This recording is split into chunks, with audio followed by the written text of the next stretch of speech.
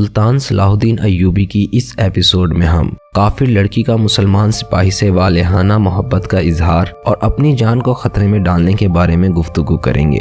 नाज़रीन इकराम, चैनल को सब्सक्राइब कर लीजिएगा ताकि आगे आने वाली तमाम एपिसोड आपको मिलती रहें। अगली सुबह से शोबक में एक नई सरगर्मी शुरू हो गई। ये फौजी नौयत की सरगर्मी थी। शोबक शहर के लोग इस सरगर्मी से बेनियाज अपने काम काज में मसरूफ होते जा रहे थे। किले से फौजें निकल रही थीं। सामान भी इधर उधर किया जा रहा था। बाहर से आने वाली फौज की आर्जी खैमागाह के लिए जगह खाली की जा रही थी। रसद इकट्ठी करने के लिए ऊंटों की कतारें आ रही थीं। फौजी हेडक्वार्टर में भी भाग दौड़ थी। ये सारी तैयारी सलाहुद्दीन अय्यूबी का हमला रोकने के लिए की जा रही थी और इन अहकामात पर अमल दरामद शुरू हो गया था जो गुज़िश्ता रात के प्लान के मुताबिक दिए गए थे। हर एक अफसर इस अफरा तफरी में मसरूफ था। चंद एक बड़े अफसर कुरक रवाना हो गए थे। सिर्फ एक लड़की थी जो इस सरगर्मी और भाग दौड़ से लाताल्लुक थी। ये वही लड़की थी जो जख्मी हुदैद को लाई थी। उसके अफसर ने उसे लौजीना के नाम से पुकारा था। रात उसे कॉन्फ्रेंस के कमरे से आधी रात के बाद फरागत मिली थी। वो जासूसी के खुसूसी शोबे से ताल्लुक रखती थी, इसलिए कॉन्फ्रेंस में उसकी ज़रूरत थी। उससे काहिरा के इन अफराद की तफसीली रिपोर्ट लेनी थी जिनके पास वो जाती रही थी। आधी रात के बाद नींद और घुड़सवारी की थकन ने उसे निढाल कर दिया था। कॉन्फ्रेंस के बाद एक अफसर ने उसे कहा था, उसे डॉक्टर के हवाले कर दिया गया है। तुम्हें उसकी इतनी ज़्यादा परेशानी नहीं होनी चाहिए। तुम्हारी ड्यूटी ऐसी है जिसमें ऐसे जज्बात कामयाब नहीं होने दिया करते। और उसके अपने शोबे के बड़े अफसर हरमन ने उसे कहा था, अगर आज रात मैं ना होता तो कॉनार्ड और गे ऑफ लौजीनान जैसे बादशाह जो किसी को बख्शा नहीं करते तुम्हें कैद में डाल देते। तुम्हारे मुहाफिज का इंतजाम कर दिया गया है और तुम्हारे लिए यह हुक्म है कि उसे तुम नहीं मिलोगी। क्यों? लौजीना ने हैरत और मायूसी से पूछा। क्या मैं उसका शुक्रिया भी अदा नहीं कर सकूंगी? नहीं, हरमन ने कहा, क्योंकि वो दुश्मन का फौजी है। तुम अपना शोबा जानती हो कि क्या है। हम तुम्हें इससे मिलने की इजाज़त नहीं दे सकते। ये तो तुम्हारे फ़न और फ़र्ज़ का तकाजा है। मैं ये भी देख रहा हूँ कि इसके साथ तुम्हारी जज्बाती वाबस्तगी हो गई है। तुम्हें दुश्मन के साथ ऐसी वाबस्तगी की इजाज़त नहीं दी जा सकती।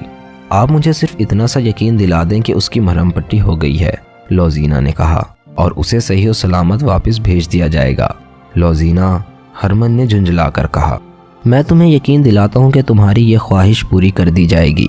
और सुनो, तुम बड़े मुश्किल और ख़तरनाक मिशन से वापस आई हो और तुम्हारा सफ़र ज़्यादा ख़तरनाक था। तुम्हें आराम के लिए 10 दिन छुट्टी दी जाती है, मुकम्मल आराम करो। ये बातें रात को हुई थीं। वो अपने कमरे में चली गई थी। जासूस लड़कियों की रिहाइश हाई कमान के मेन क्वार्टर से बहुत दूर थी। इस जैसी आला दर्जे की जासूस लड़कियां निहायत अच्छे कमरों में रहती थीं, जहां इन्हें शहजादियों जैसी सहूलतें और अयाशी मयस्सर थी। इनकी ड्यूटी ऐसी थी कि इन्हें मुसलमान मुल्कों में भेजा जाता था, जहां पकड़े जाने की सूरत में इन्हें हर किस्म की अजियत और जिल्लत में डाला जा सकता था। मौत या सजाए मौत तो यकीनी थी। ऐसी ड्यूटी का तकाजा था कि इन लड़कियों को दुनिया की हर आसाइश मुहैया की जाए। लौजीना कमरे में जाते ही सो गई थी। दूसरे दिन उसका जिस्म टूट रहा था। वो उठना नहीं चाहती थी, लेकिन वो उठी और नाश्ता करके बाहर निकली। उसके साथ वाले कमरों में लड़कियां आ गईं। वो उससे काहिरा की बातें सुनना चाहती थीं। उसने बहुत ही मुख्तसर सी बात सुनाकर उन्हें टाल दिया और अस्पताल की तरफ चल पड़ी।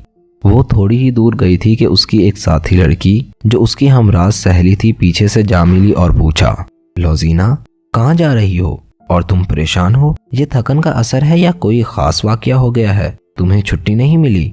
छुट्टी तो मिल गई है, उसने जवाब दिया। एक खास वाकया हो गया है जिसने मुझे परेशान कर दिया है। वो सहेली को लिए एक दरख्त के नीचे जा बैठी और उसे तमाम वाकया सुना दिया। उसे अपने अफसरों ने जो धमकियां दी थीं वो भी सुनाई और उसने कहा, मैं हुदैद से मिलना चाहती हूँ। मुझे डर है कि उसकी मरहम पट्टी नहीं हुई और उसे शहर से निकाल दिया गया है या उसे मरने के लिए किसी कोठरी में बंद कर दिया गया है। तुमने बताया है कि तुम्हें उससे मिलने से मना कर दिया गया है। लड़की ने उसे मशवरा दिया, ये खतरा मोल ना लो। तुम अगर पकड़ी गई तो जानती हो क्या सजा है। उस शख्स के लिए सजाए मौत भी कबूल कर लूंगी, लौजीना ने कहा। मैं तुम्हें सुना चुकी हूँ कि उसने मेरी खातिर अपनी जान खतरे में डाली है। मेरी जान को कोई खतरा ना था। डाकू मुझे ले भी जाते तो चंद दिन बाद खराब करके किसी अमीर कबीर आदमी के हाथ फरोख्त कर देते। हुदैद मेरे इस अंजाम से आगाह था। उसने मेरी इज्जत की खातिर अपनी जान की बाजी लगा दी थी। डाकुओं ने कहा भी था कि लड़कियां हमें दे दो और चले जाओ। वो ये भी जानता था कि मैं पाकबाज लड़की नहीं, मगर उसने मुझे अमानत समझा। तुम उसके लिए जज्बाती हो गई हो? हाँ, लोजीना ने जवाब दिया। मैं जज्बात का इजहार हरमन के आगे नहीं कर सकती थी, अपना दिल तुम्हारे आगे रख सकती हूँ। तुम मेरी सहेली हो और औरत का दिल रखती हो। हमारी जिंदगी क्या है? हम एक खूबसूरत खंजर और मीठा जहर हैं। हमारा जिस्म मर्द की तफरीह और फरेब के लिए इस्तेमाल होता है। मैंने ये बातें पहले कभी नहीं सोची थी। अपने वजूद को जज्बात से खाली समझा था, मगर उस आदमी के जिस्म को मैंने अपने जिस्म के साथ लगाया तो मेरे वजूद में वो सारे जज्बात बेदार हो गए जो मैं समझती थी कि मुझ में नहीं है। मैं एक ही बार माँ, बहन, बेटी और किसी को चाहने वाली लड़की बन गई। ये शायद उसका असर था कि अपने आप को मैं बादशाहों के दिलों पर हुक्मरानी करने वाली शहजादी समझती थी। मुझ में इतनी तखरीबकारी डाल दी गई थी कि जाबिर हुक्मरानों को भी उंगलियों पर नचा सकती हूँ, मगर डाकुओं ने मुझे बिकने वाली चीज बना दिया। मुझे इस सतह पर ले आए जहाँ मुझ जैसी लड़कियाँ हर रात नए गाहक के हाथ फरोख्त होती हैं या किसी मुसलमान अमीर या हाकिम के हाथ फरोख्त होकर उनके हरम की लौंडियाँ बन जाती हैं। उस शख्स ने, जिसका नाम हुदैद है, मुझे इस सतह से ऊपर उठा लिया। उससे पहले मैं उसके कैद में थी। उसने मुझे इस काबिल नहीं समझा कि मुझे तफरीह का जरिया बनाता। वो ऐसा कर सकता था। उसने मुझे नजरअंदाज किया। फिर उसने जब मेरी इज्जत को बचाने के लिए अपना जिस्म कटवा लिया तो मैंने बेकाबू होकर उसे अपने सीने से लगा लिया और इस सतह की लड़की बन गई जिससे मुझे गिरा दिया गया था। मुझे सलाहुद्दीन अय्यूबी की बात याद आई। उसने मुझे कहा था कि तुम किसी बाइज्जत आदमी के साथ शादी क्यों नहीं कर लेती। मैंने दिल में कहा था कि ये मुसलमान अहमक है। मैं अब महसूस कर रही हूँ कि हमारे दुश्मन ने कितनी अजीम बात कही थी। मैं तुम्हें साफ बता देती हूँ कि मैं अब जासूसी नहीं कर सकूंगी। मेरे दिमाग में बचपन से जो सबक डाले गए थे वो सहरा की खौफनाक रेत ने, डाकुओं के खतरे ने और हुदैद के जिस्म की हरारत और उसके खून की बू ने ज़ाइल कर दिए हैं। तुम इतनी लंबी बात ना करती तो भी मैं जान गई थी कि तुम क्या महसूस कर रही हो, उसकी सहेली ने कहा। लेकिन मैं हकीकत से आगाह करना ज़रूरी समझती हूँ। उसे चले जाना है, तुम उसके साथ नहीं जा सकोगी। वो अगर यहाँ तकलीफ में है तो हुक्म है कि तुम उसे नहीं मिल सकती। अगर पकड़ी गई तो अपने साथ उसे भी मरवाओगी। तो तुम मेरी मदद करो, लोजीना ने मिन्नत की। मुझे सिर्फ ये मालूम हो जाए कि वो ठीक हो गया है और तंदुरुस्ती की हालत में चला गया है तो मेरे दिल को चैन आ जाएगा। हाँ, सैली ने कहा, मैं ये काम कर सकती हूँ। तुम कमरे में चली जाओ। वो कमरे में चली गई और उसकी सहेली किसी और तरफ निकल गई। काहिरा में भी फौजों में बहुत सरगर्मी थी। फौज की जंगी मशकें कराई जा रही थीं। चंद एक दस्ते अलग कर लिए गए थे। इन्हें शब खून मारने, थोड़ी तादाद में दुश्मन की कई गुना ज्यादा नफरी पर हमला करने और ज़रब लगाओ और भागो की मशकें इस तरह कराई जा रही थीं कि रात को भी दस्ते छावनी से बाहर रहते थे। सुल्तान अय्यूबी ज़ाती तौर पर ये मशकें देखता था। वो तीसरे चौथे रोज आला कमांडरों और दस्तों के कमांदारों तक को लेक्चर देता और इन्हें नक्शों और खाकों की मदद से जंगी चालें सिखाता था। उसने इस ट्रेनिंग का बुनियादी असूल ये रखा था: कम तादाद से दुश्मन का ज्यादा नुकसान करना, हथियार से ज्यादा अकल को इस्तेमाल करना, आमने सामने के मार्के से गुरेज करना, सामने से हमला ना करना, 10-12 आदमियों के शब खून से इतना नुकसान करना जितना 100 आदमी दिन के वक्त 2 बुदू मार्के में कर सकते थे। इसके अलावा वो दुश्मन के किसी किले या शहर को लंबे मुहासरे में रखने के तरीके बताता और किलों की दीवारों में नकब लगाने का सबक देता था। उसने तमाम ऊँटों, घोड़ों और खच्चरों का मुआयना कर लिया था। कमज़ोर या उम्र खोरदा जानवरों को उसने अलग कर दिया था। हमले की तारीख तय हो चुकी थी। सुल्तान अय्यूबी ने फ़लस्तीन की फतह का जो मंसूबा बनाया था उसके पहले मरले में कामयाबी से दाखिल होने की तैयारी ज़ोर शोर से कर रहा था। उधर उसे रास्ते में ही रोकने के एहतमाम हो रहे थे। दोनों फौजों की तैयारियां ऐसी थीं जैसे एक दूसरे को हमेशा के लिए ख़त्म कर देंगी। सुलेबियों की तैयारियों का दायरा शोबक से कुरक तक और मिस्र की सरहदों तक था। वो इस दायरे को सुल्तान अय्यूबी के लिए ऐसा फंद बना रहे थे जिसमें से इसके लिए सारी उम्र निकलने का कोई इम्कान नजर न आता था।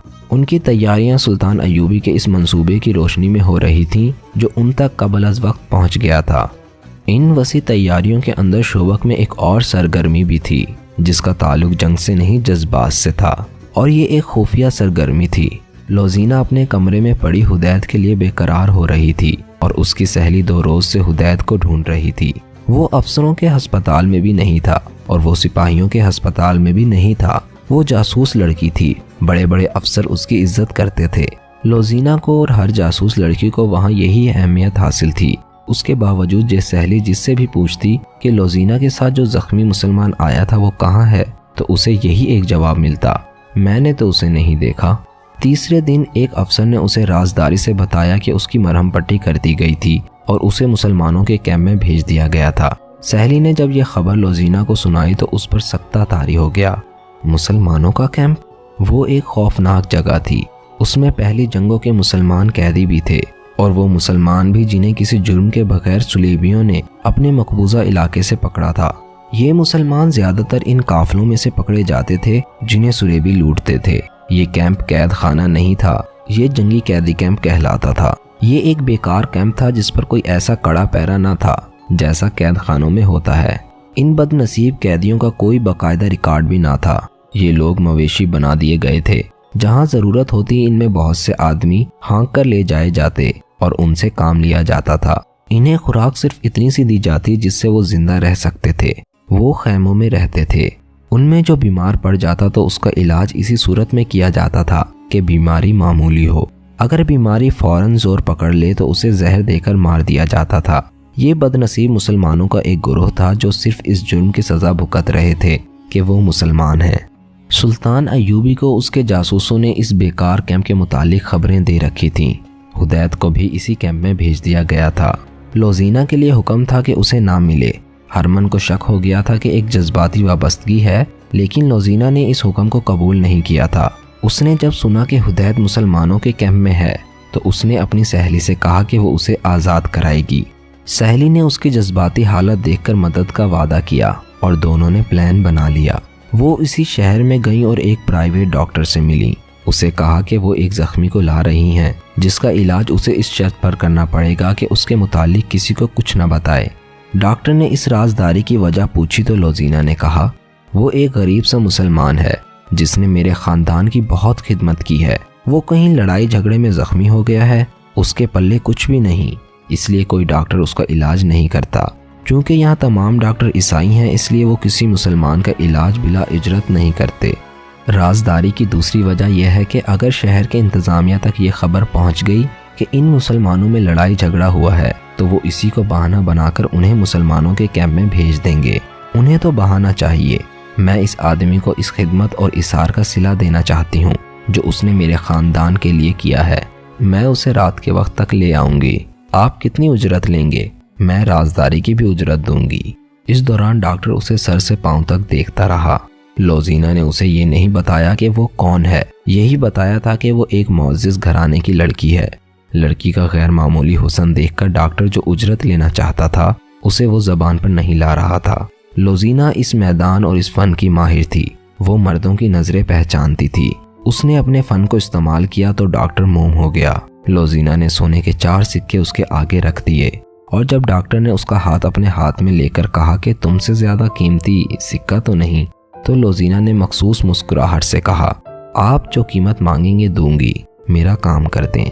डॉक्टर ये समझ गया कि ये मामला खतरनाक और पुरइसरार मालूम होता है, लेकिन लोजीना को देखकर उसने ये खतरा कबूल कर लिया और कहा, ले आओ, आज रात कल रात जब चाहो ले आओ, अगर मैं सोया हुआ मिलूं तो जगा लेना। उसने एक हाथ में सोने के सिक्के और दूसरे हाथ में लोजीना का हाथ पकड़ लिया। तो नाज़रीन किराम, आज के लिए इतना ही। इसी तरह नेक्स्ट एपिसोड को देखने के लिए और बेहतरीन स्टोरी को सुनने के लिए हमारे चैनल को सब्सक्राइब करिएगा। शुक्रिया।